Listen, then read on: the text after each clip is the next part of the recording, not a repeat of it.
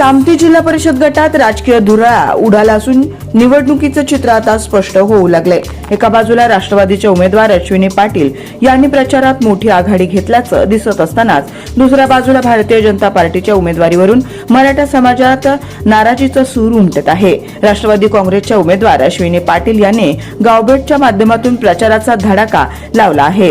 महिला मतदारांचा वाढता प्रतिसाद आणि कार्यकर्त्यांची भक्कम फळी यामुळे त्यांनी सध्या तरी या गटात आघाडी घेतल्याचं चित्र आहे।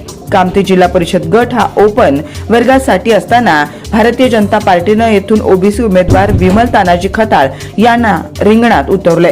भाजपच्या या निर्णयामुळे स्थानिक मराठा समाजात संभ्रमाचं आणि नाराजीचं वातावरण पाहायला मिळतंय।